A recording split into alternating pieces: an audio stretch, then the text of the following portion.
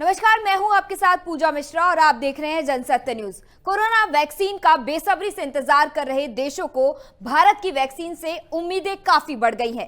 लिहाजा made in India corona vaccine की demand कई मुल्कों से आई है। इनमें ब्राजील, मोरक्को, सऊदी अरब, म्यांमार, बांग्लादेश, दक्षिण अफ्रीका जैसे कई देश शामिल है। इसी पर देखें हमारी एक खास report. Made in India corona vaccine की डिमांड।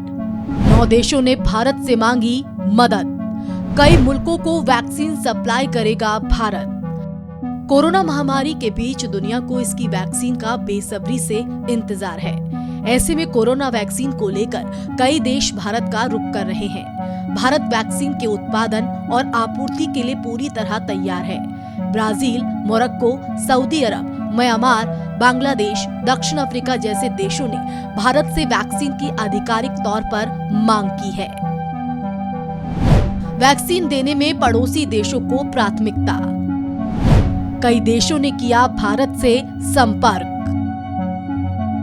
कोरोना वैक्सीन के वितरण में भारत सरकार बांग्लादेश, भूटान, नेपाल, श्रीलंका और अफगानिस्तान जैसे पड़ोसी देशों को तवज्जो देगी। इस बाबत विदेश मंत्रालय के प्रवक्ता अनुराग श्रीवास्तव कहते हैं कि भारत शुरू से ही कोविड-19 महामारी के खिलाफ आम लड़ाई में वैश्विक प्रतिक्रिया में सबसे आगे रहा है। हम इस दिशा में सहयोग करने को अपने कर्तव्य के तौर पर लेते हैं। वहीं कोरोना वैक्सीन के लिए चल रही चर्चा के बीच पीएम नरेंद्र मोदी ने भारत की भूमिका को दोहराया। उन्होंने कहा कि भारत में 2 वैक्सीन के आपातकालीन उपयोग की मंजूरी दी जा चुकी है।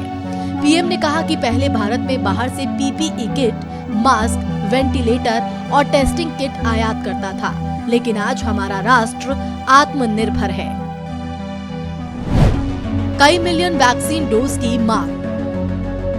बता दें कि कई देशों ने भारत से अनुरोध किया है कि वो गवर्नमेंट टू गवर्नमेंट के आधार पर या सीधे वैक्सीन डेवलपर्स के साथ आदेश दे जो भारत में वैक्सीन का निर्माण कर रहे हैं। खबरों की माने तो नेपाल ने भारत से 12 मिलियन कोरोना वैक्सीन की डोज की मांग की है। वहीं भूटान ने पुणे के सीरम इंस्टीट्यूट ऑफ इंडिया में निर्मित की जा रही वैक्सीन की 1 मिलियन डोज की मांग की है। म्यांमार ने भी सीरम के साथ एक खरीद अनुबंध पर हस्ताक्षर किए हैं। उधर बांग्लादेश ने कोविशील्ड की 30 मिलियन डोज के लिए अनुरोध किया है। गौरतलब है कि सिर्फ एशियाई देश ही नहीं बल्कि और कई देशों ने भारत से कोरोना वैक्सीन को लेकर संपर्क साधा है।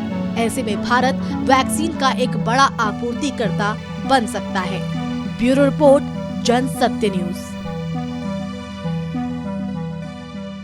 तो चलिए, हमारी इस रिपोर्ट में इतना ही। अगर आपको हमारी रिपोर्ट पसंद आई है तो इसे लाइक और शेयर जरूर करें और अगर आपने हमारा चैनल अभी तक सब्सक्राइब नहीं किया है तो सब्सक्राइब बटन दबाना ना भूलें। धन्यवाद।